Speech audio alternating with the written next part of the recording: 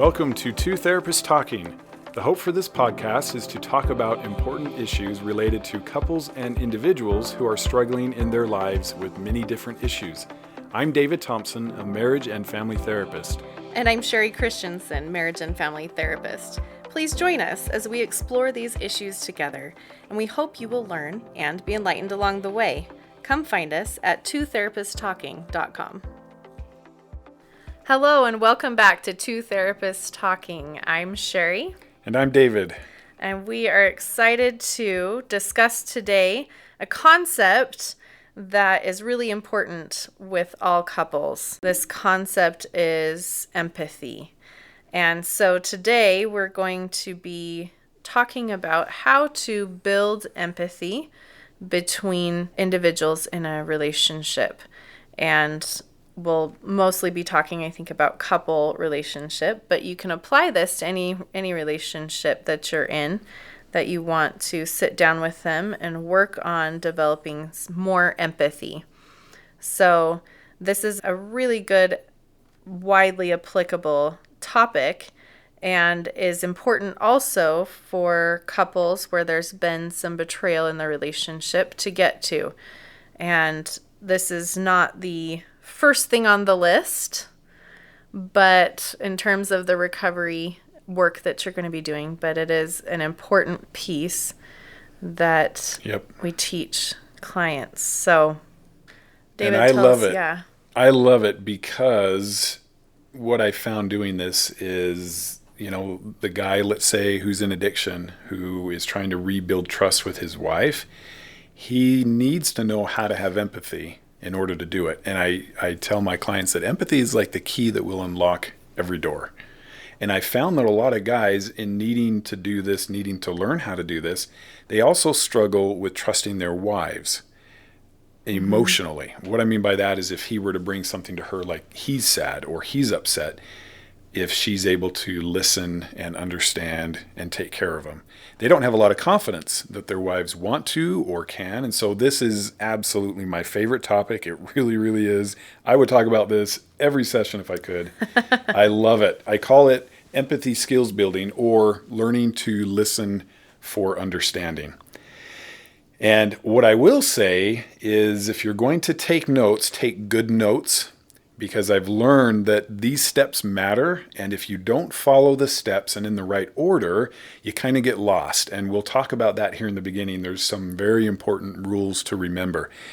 And I think with empathy, what you don't do is just as important as what you do. Yes. And we're going to learn how normal, average communication isn't very empathetic. And True. It's not always appropriate to go into some deep, long empathy conversation with everybody all the time, but we're going to learn some of the qualities of empathy and really step by step how to do it. So if you've ever wanted to just learn, develop, use empathy, this will tell you exactly step 1, step 2, step 3. And I've found that a lot of people really appreciate the order of it. Yeah. Let's talk a little bit about what empathy is first. And there's things that you do when you have empathy, when you're really trying to take the other person's perspective. You're trying to put yourself in their shoes, which isn't just situational, right? You're trying to understand how, coming from their background, from everything about them and all of that, then if they were in that situation, how would they feel? So really putting yourself not just in their position in the circumstances, but really even broader. If you were them, how would that feel? How would you feel like they might be feeling in that particular situation? So really kind of feeling what they're experiencing. You want to stay out of judgment. Don't make judgment calls on what they're doing or how they're feeling, all of that. That's really important to not try to judge or allow yourself to judge the choices that they've made or how they responded or what you think they're thinking or how you think they should be doing things. That's not what empathy about it is. Empathy is just about understanding what they're going through. You want to also really key in on the emotions. What is it that they are feeling? What would you feel like maybe you would feel if you were them in that situation? Really key in to what's going on emotionally and being able to then communicate that emotion back. So a lot of times when you talk about arguments, and you talk about things that people are having conversations about, they really stay in sort of the action space. I did, you did, in that kind of a realm. I went to the store and this is what I did and this guy was yelling at me and I was super mad. There's not a lot of like, well, I did put a motion word in there, didn't I? But there's not a lot of that usually. You're usually just talking facts of what happened. And what we want to do when you're really empathetic, you're really getting down into the emotions of what's happening. Yeah, we I tease clients all the time because I'll ask them how they feel and they tell me how they think. Yes. And you'll notice a lot of times we'll say, well, I feel, and I hold my breath. Oh, here comes like, I don't know, sad maybe, or some emotion word. What Like, I hear I is, don't want to do that. like, I don't want to do that. Like, you always do this. I'm like, that's not a feeling. I know that's kind of our vernacular nowadays. It really is. But words are powerful. They matter. Sherie mentioned in past episodes about an emotion wheel, and that can be super helpful, especially in this one. I require it. You have to It's have like the emotion required. wheel. It really is. Because if you have words that you can use and a vocabulary for feelings and emotions, it's going to help tremendously. So we've got to get a little bit better at recognizing emotion, communicating that emotion. And I know for a lot of people, me especially earlier, I just was not good at recognizing emotion or communicating emotion. I've gotten a lot better at recognizing emotion, and I try to communicate that emotion a lot more as well. And I need words to do that. So Yes. if, for example, I'm angry and all I say is I'm angry, that starts the process, but it shouldn't be the end of it. And if my wife is angry and she says, I am angry at you, what I want to do is understand, okay, let's break this anger down a little bit. Is this embarrassment? Is this guilt? Is this shame? Is this feelings of abandonment or rejection? What exactly is it? Because the more we can communicate that emotion, the more empathy will come through. So empathy, Brene Brown, we owe a lot to Brene. Yes. She's taught us a lot Bless about her. empathy. And so remember, these are the 4 qualities of empathy. Perspective taking, which is absolutely number 1, the most important thing. Staying out of judgment, like Sherie talked about. Recognizing emotion in other people and communicating that emotion. I know it sounds a little daunting. Trust me, when you learn these steps and you can go step by step, it does get easier. I think for a lot of us, we just don't know what we don't know. And if we actually have steps, we can follow instructions and we can pull it off. And this is so necessary. I would ask you to listen with fresh ears, open your mind and heart. You may think that you're good at listening, and you may very well be good at listening. What I see and hear often is couples will think they are, and as I ask them to talk about something for the purpose of understanding, and I just observe what happens, there's not a lot of understanding. Often we think we know how somebody feels, and we jump to the next step, which is now what do they need, or how do I fix it, or what about me? And we actually didn't really know how they felt. So this will be good to learn to slow it down.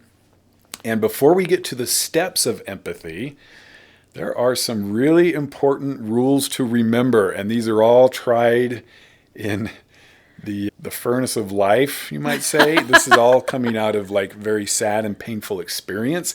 I've almost had to add these like one at a time as I saw things happen here in therapy. And so these are all on here for a reason. They're very particular. Yeah. And I'm just going to jump back just for a second. I really like that you're bringing up that oftentimes we think we're good listeners, but maybe we aren't. And I think that's a real key to just remember, if you feel like, hey, I'm a great listener, then kind of run through this and really see, do you do these empathy pieces up front at the beginning? Because it's very easy to just listen to someone just talk through something and then, like he's saying, move on. And like, okay, well, how do you fix that, instead of really sitting in the emotional space with them and understanding the emotions of it. Right. That's really important. And I try to tell my clients, you'd be surprised how 99% of the problems the other person has, will be solved if they feel understood. Yes. Unless they begin with, will you give me your opinion or will you tell me what you think? They're really not asking for it. They're looking for support and validation. Someone to Support and see validation. them, someone to hear them. Yep. And that's I tell my clients that a lot too. It's just seeing them and hearing them is what most of the time people are looking for, and that actually is what fixes it. That is the fix. Yep. Yes. And it's hard. A lot of my guys who are very cognitive and logical, and gals too can be this way, it kind of almost doesn't make sense that the fix is that they feel understood. Yes. But It's like that wasn't the purpose of them coming to you. Right. It was for you to tell them the list of ways that, if you do this and you do this, like your whole problem will be solved. That's not what people often come to other people for when they're venting or struggling or having a hard time. They want someone to see them. Yes. And that is what we're doing here is we want to help people to see other people. And this will probably, I tell all my couples this, we're going to start this just so you know it's going to feel awkward. You're going to be looking down at a piece of paper or you're going to be like trying to remember steps, and that's part of this process. It's going to feel a little awkward. It's going to feel uncomfortable because you're learning something new. It's like you're just getting on your bike for the very first time ever. It feels really, really awkward and uncomfortable, and it's going to maybe even feel like, well, they're not really seeing me and understanding me because they're following like this little checklist, but you're hopefully going to get seen and heard, and you're hopefully going to be able to see and hear the other person while you're learning this funky new skill that feels a little awkward. And then as you get the hang of it, then you'll really have that skill set underneath you, and it won't feel awkward.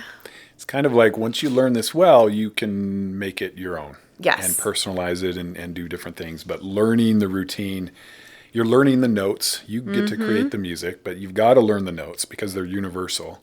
And that's what this is. And I've seen some really awesome things with this, and I can tell you, most of the time couples come in and they weren't able to resolve something or they don't feel good about something. I'll ask if they attempted this and they'll say yes. And I'll say, what happened? And they always break steps. They always go from step 1 to step 5, or they get off track with the important rules that we're going to cover. And if they just follow it, and I do it in here and help them to follow it, it works. I'm not kidding every time. Yeah. And often the spouse says, wow, I've never felt more understood about this than I do right now, which just warms my heart. I mean, that's the point of this process, right? Yeah. So open heart, open mind. Let's jump in. The important rules to remember, and these are not in particular order. When we get to the steps, we'll let you know step 1, step 2. These are more bullet points. And so not in particular order, but here's what I've seen learning to have empathy. So empathy won't be present if you're in shame. In other words, you have to manage your worth enough to even do this process. And that's why hopefully you're in a process of increasing your sense of self-worth. There's lots of ways to do that. And we can have an episode on that and really ought to. But if you are in shame, you can't also have empathy. Yes. They're kind of opposites. Shame really pulls you completely inward. Everything's comes in. It's about you. You have no ability to look out and kind of see where other people are and how they're experiencing things, because anything that's going to happen, anything that's going to come out of their mouth, right, is going to put you further into shame. So you can't even see them or what's going on for them, really. Yep. And you'll find that often what they need to talk about has something to do with you. Even if they were to start the conversation with you jerk, and they go off and your defenses go up and you're ready to say, no way, I am not a jerk. This is why you have to manage your own emotions and really your sense of self, your worth enough to say, okay, whatever has really made them upset is about my stuff. It's something I said or something I did. It's not actually who I am, even if they word it like it's who I am. Like Sherie talked about. So they're not probably going to say, what you did really hurt me. They're just going to say, you are a, and let you have it. So this is really, really hard, but it's why it's important to remember. If you're going to attempt empathy conversations, you have to be ready, prepared to not get overwhelmed with your own shame so that you can stay present and really hear what they're saying.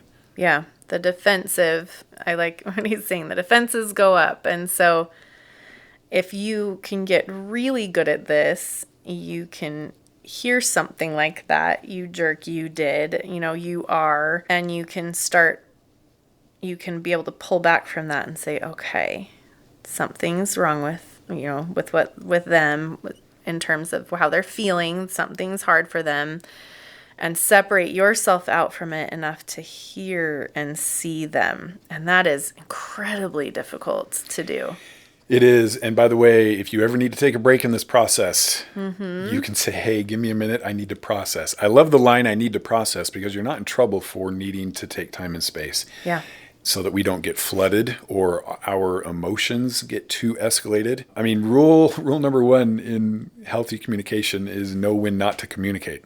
Yeah. So if you're too upset, you're too flooded, say, hey, maybe I shouldn't need to take a break, but I do. Give me a minute so that you can calm down, take deep breaths, do affirmations, and separate yourself from the content that's coming at you a little bit. Exactly. Yep. So that's a really key thing. That the second important rule to remember, or the next bullet point, I guess we're not numbering these, is to not make it about you. This is not about you. This is tough. It's so hard. It can be very hard. You're listening to them. You are going to eventually, with this process, you will do the steps and then you'll switch. And then the other person has a chance to be heard and seen. So with this, you are listening to them. This is about them. And this fits with that other bullet point, right? You're separating yourself out of it. It's not, you're not going to fling back about, well, but you did this, or it's all about, or how could you say this about me and make it about you? You're going to stay out of that space and not get defensive. If you have to take breaks, try your very best not to. Yes, step out of that and just really seek to get underneath what's going on for them, down to the layers of emotion that they're experiencing. And I found it helpful sometimes to have an affirmation that you can say. And a helpful affirmation is, I have nothing to lose. My worth, my value is not on the line. And you may have to use this often. They're saying something and you're like, oh, wow, like this really hurts. Yeah. Like, I'm feeling like a piece of crap here with what they're telling me. But I have nothing to lose. Once they feel understood, you'll be surprised at how much better they feel. And even though in the beginning of this process, they might be really, really hurting and it's all directed at you, when they feel understood, it will change. It really will. Yes. Every single time. It'll de-escalate. And you'll be so glad that you didn't match the intensity and blame them and get into name calling or back and forth where nobody's understanding anybody. You're both trying to convince the other, and how well does that work out? Yeah. Not usually too well. I remember my dad telling me when I was young, he said, a man convinced against his will is of the same opinion still. It's so true. But think about that. How often do we take that approach in our conversations? We're going to convince them, and they're clearly, no matter what. They're clearly not open or willing in the moment, and yet we are going to force them to see it our way. Well, I don't know how successful you've been at that. I haven't been. He'll be convinced still. I love it. So next bullet point. Oh, this is a biggie. Don't explain why you did something. That's not the point or the fix. So if you're and this, by the way, all of these bullet points are for the person who's listening. The speaker is speaking. This is when you're in the position of listener.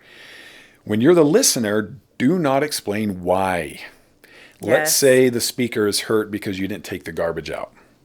And you are chomping at the bit to say, well, here's why I didn't take the garbage out. Just listen to me. If you know why I didn't, everything will be fixed. For smaller things, that's not a bad philosophy. I think that works a lot. But for some bigger, deeper soul kinds of things, it will not matter why. And the intensity is a good indicator too, because you might think Yeah. something small, but if they're coming at you big, just go to the empathy space. Yep. Don't explain. The why in the moment is irrelevant. The why is irrelevant. So you'll find that once you go through this process and they feel understood, if appropriate at the end of this process, you can give them a why, and it will be received entirely differently than if you use it Yes, in the beginning. 100%.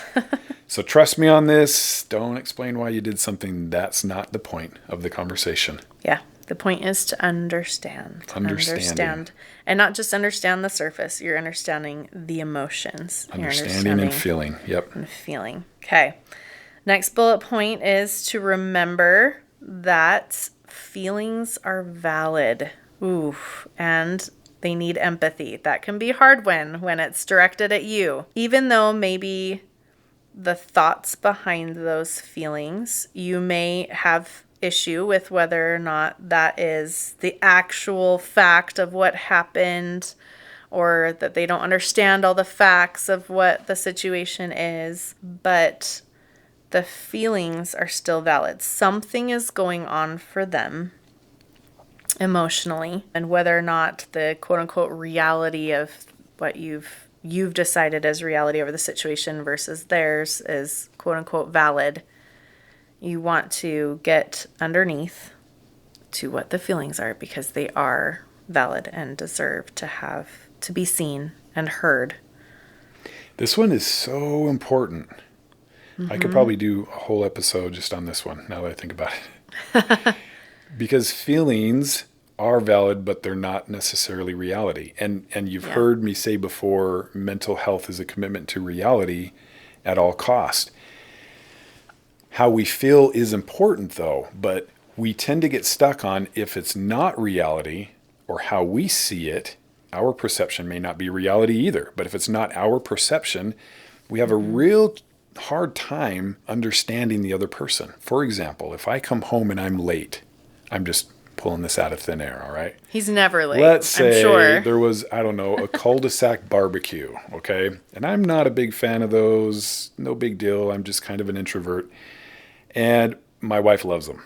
And so I'm late, but I'm not late on purpose, but I am late and I missed it. She did set up, take down. She was visiting. It was just her, and everybody else had, them and their spouse with them. And she was the odd man out. And I get home, everything's done, and I walk in the front door. What's the first thing I hear? She's not very happy with me.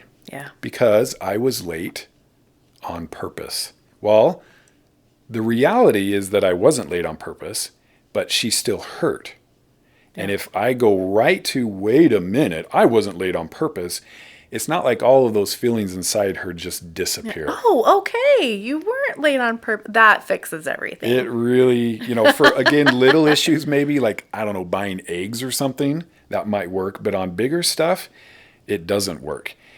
Not that you won't share at some point that you weren't late on purpose. There's just a process. If I say, I wasn't late on purpose, what do you mean? And we start down a cycle and we know where that goes. If I take a different approach and I try empathy and I say, I can tell that you're really hurting about this. Tell me about it. Well, I was doing this and you weren't there, and I kept thinking you're going to show up and you never did. And then I thought, he doesn't like this anyway. He really doesn't. He did this on purpose. I don't know if I'm all that important to him anyway. Well, I want to know that. And if I'm listening to her, I'm able to understand really what this is about and what's behind it or underneath it. And I can have empathy. Yeah. And we'll talk about how I would do that. But if at the end of that process she's feeling better, we've de-escalated, if appropriate, and I think in this case it would be, to say, hey, you know what? I really wasn't late on purpose. How is that going to be received versus in the beginning, me walking through the front door? So that's the point. Feelings are valid. They need empathy even if they're not necessarily based in reality. They're still hurting. And we don't have to. We could go about doing things the way we've always done them. But if we want to become more effective and if we want to connect and increase the closeness in the relationship, I recommend a different approach where you focus on the feelings first. Yes. Yeah. I think we definitely could do an entire episode on that. I love it. I Yeah. love it because for me, guys look at me with this confused look like, wait a minute, but they're wrong. And it's kind of hard to understand. Well, but how do they feel? Well, I don't know, but they're wrong. It's like Yes. there's this hang up. You can do it though. You can learn to get past this. And I promise you, your partner will love it because you have nothing to lose.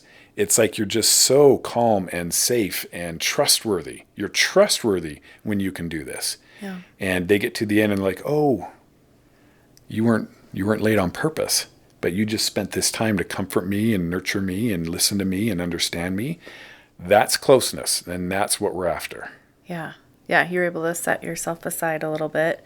It just goes back to what I tell clients all the time, that if you really understand someone, they make sense. So maybe their reality or the facts or whatever aren't necessarily accurate, but if you understand where they're coming through from, and you really understand that whole process that got them to where they were feeling that way, they'll make sense. Yep.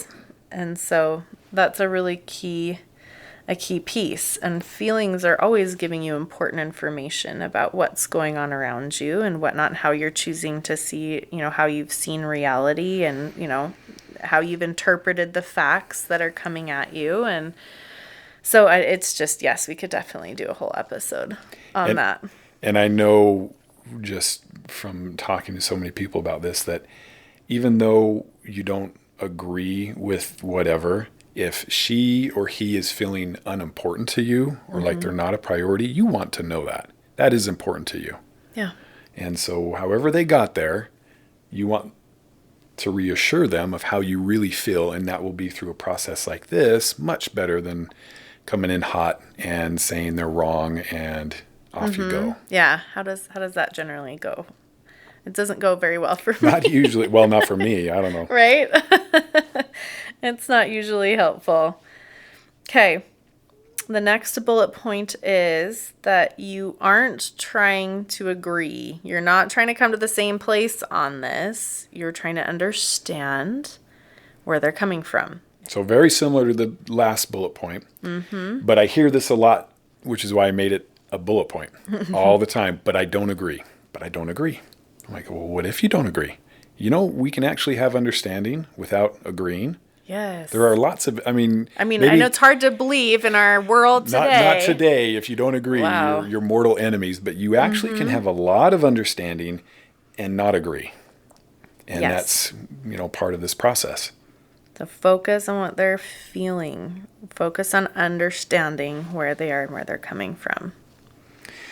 Yes. Next one is another biggie.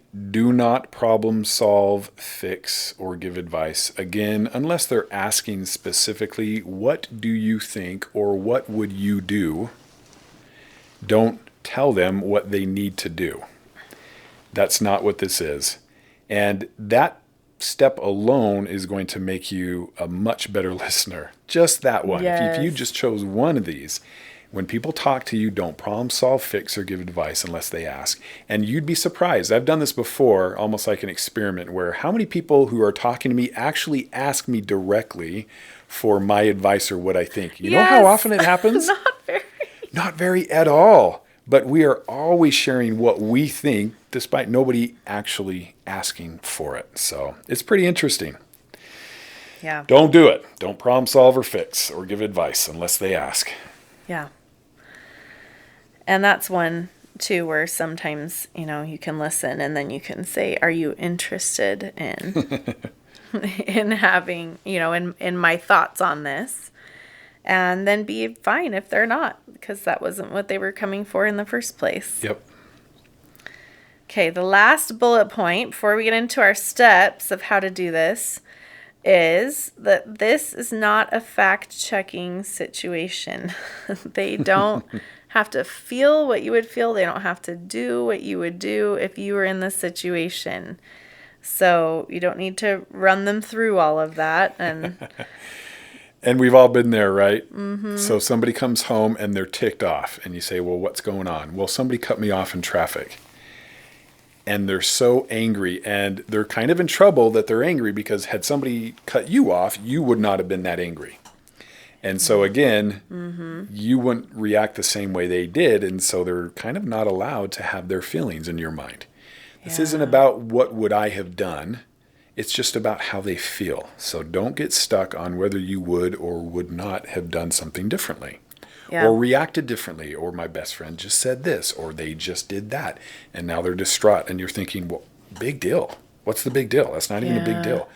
Maybe not for you, and that's fine. But that's not empathy. Yeah, it's okay for it to be a big deal for them. It's okay for them to have responded differently. And it's also okay, for them to have done something different. Well, were you not letting them in? Were you this? Were you that? Right. Not important. Not important.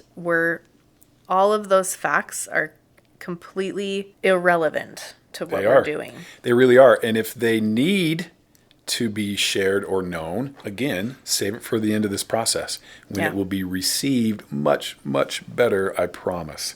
Yes. Yeah, we're not saying this process takes the place of ever having problem solving or places where you actually work together and get on the same page.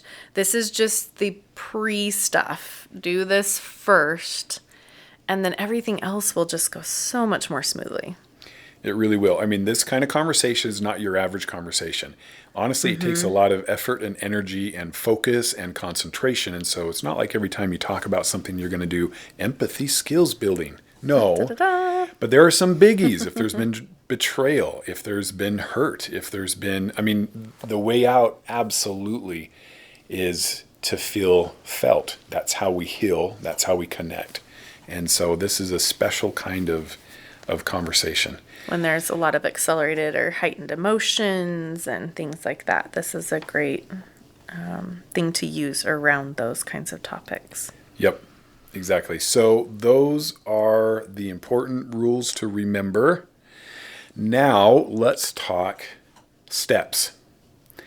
There are 7 steps, and here's the first one. The first one is that you both are on the same page that you're going to do some empathy skills building. You're going to decide who's going to be the speaker and who's going to be the listener first. And you're going to agree to follow those important rules that we just talked about. Okay? So make sure that you both understand this is what we're doing right now. We're doing this empathy skills building. And you're both going to promise to have good intentions, which means you're both genuinely trying to connect around this. Which is surprising. I didn't used to have this in here, but there were so many couples that would begin this process, and one would already be angry, upset, loaded unprepared. For bear. And so I had to put this in here and say, hey, really, promise to have good intentions if you're going to do this. And the good intentions, hopefully, are to genuinely connect. Nobody's trying to hurt anybody on purpose. You want to work this out. You want to be together. You love each other. Seems like it goes without say, but I learned the hard way, not always. So, yes, you're engaging in this, and use a legal phrase, in good faith. In good faith, you're actually going to try, and you have to connect and understand and work together. Yes, and I like, those the phrases, hey, can we practice communicating? Or, can we do some empathy skills building? Can I practice being the listener, the speaker first? Just have those little conversation first, the pre-conversation to set it up and be ready to move into this. Now, the interesting thing about this is kind of a formal process, as you're probably figuring out, right? Sometimes we don't do step 1, but that's only if you want to be the listener, never if you want to be the speaker. Yes. But you can do it if you want to be the listener. Sometimes I talk to people that say, you know what, they don't want to talk to me. Like, they've been so hurt, they don't feel any trust. They don't, if I were to say, hey, can we talk? They wouldn't even want to talk. Yeah. And so for them, I say, look, it doesn't have to be that formal. You can still follow these steps. You're just not going to start with, do you have time to do an empathy skills building conversation with me right now? What you're going to do is say something like, how are you feeling? What's going on? You're still going to follow the steps as the listener. They just won't necessarily know they're the speaker. They're speaking, but it doesn't have to be so formal where they're aware that it's happening. Right, which is great because, again, like we talked about, this is something that you don't have to only use in the context of a couple or context of a betrayed couple.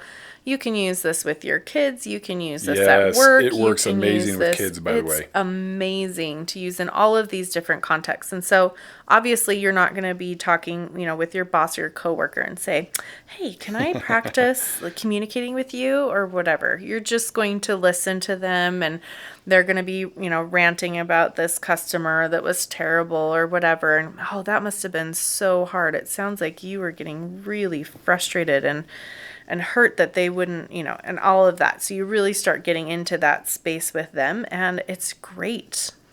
It is. But I will say, just thinking about it, if you both know you're going to practice this, it can help to know whose role is what. Yes. Just so that you don't switch. If you're actually halfway sitting through. down and doing this If you're sitting down process, and you're doing this, what sometimes happens is the speaker is sharing and the listener says something like, well, how do you think I feel? And that's a really good opportunity for the speaker to say, dear, I love you. Remember how I'm the speaker and you're the listener? I'm really interested to hear how you hear once we get to the end. However, and switch roles. So Yes. It is helpful sometimes to know, okay, Gentle reminder. here's the roles. If I'm the listener, that's all I am. I'm not the speaker. Mm-hmm. I'm the listener. So keep that in mind. Yeah. The second step is the speaker then shares their feelings. And this can be a story or an incident. They're just going to talk now about whatever is important for them to talk about. Now, this can be going in something that this is what we're going to talk about. For example, if there's been betrayal, then it can be the betrayal. Yeah. But it really can be about anything. Something that frustrated you. Something or that was it could be something upsetting. relevant in the moment. They're going to try, hopefully, to focus on the emotions they're feeling. That's what the emotion wheel can be helpful for. They have this emotion wheel in front of them, and they're looking at it, and they can say words that fit. And they don't have to follow this format, but I found it's helpful. I feel blank when blank. Mm-hmm. That's what they're sharing. What you're doing as the listener is just really listening well, because you want to give it back to them in the next step in your own words. So don't just be memorizing what they're telling you, be thinking about what they're telling you, be feeling about what they're telling you. And if they don't give you very much, you can ask follow-up questions like, well, why, or how, or what was that like, or tell me more about that. And I've found sometimes that it can be helpful to limit this sharing to one topic and 5 minutes. Yeah. A lot of times when this process doesn't go well, I'll hear something like, oh man, so they talked for 45 minutes. And I started well. I really felt like I was in a good place. I wasn't in shame. I was listening. But after about 15 minutes of how I'm a piece of crap, I just kind of wasn't listening well anymore and went into my shame, which is reasonable. Yes, that's understandable. That's fair. So I put this in here, limit this to one topic in 5 minutes. This shouldn't be, hey, you hurt my feelings. And you know what? Last year, you forgot our anniversary. And the year before that, you didn't do anything on my birthday. And it starts to spread really big. And you're going, oh no, how am I going to track all this? The real technical term, we say is throwing in the kitchen sink. Yes. Right? You throw everything in but the kitchen sink, right? You just kind of pile it on. And I think sometimes that is a draw for someone who is finally being heard for the first time. Really good point. All of a sudden, it's like, oh my I have an audience. goodness. You're listening. You're actually listening to me. You're hearing me. And it just starts to go. And then there's this, and then there's this, because they're starving for that. They're starving for that attention and for someone to actually hear them. And then someone is, and it just goes and goes. And then there's this situation, and then there was this situation, and you're still being empathetic. And so they just want to finally be seen and heard. Mm-hmm. That's so a really good point. It's oftentimes what is happening here. And then sometimes it's also because, you're just upset and throwing in, well, then there was this other time that you did something sort of similar. Which is understandable, but there's got to be some limit here. Otherwise it might, what I don't want to have happen, this can take a lot of emotional energy. Mm-hmm. And you can't keep it up very long. Yeah. And so that's, So keep it short, keep it to one topic or one situation, yep. right? And try to stay in that space. Yes. So for this episode, we are out of time. We're going to continue in the next episode right where we left off in step 3. But I hope you enjoy this. Come back and listen to the rest of the steps.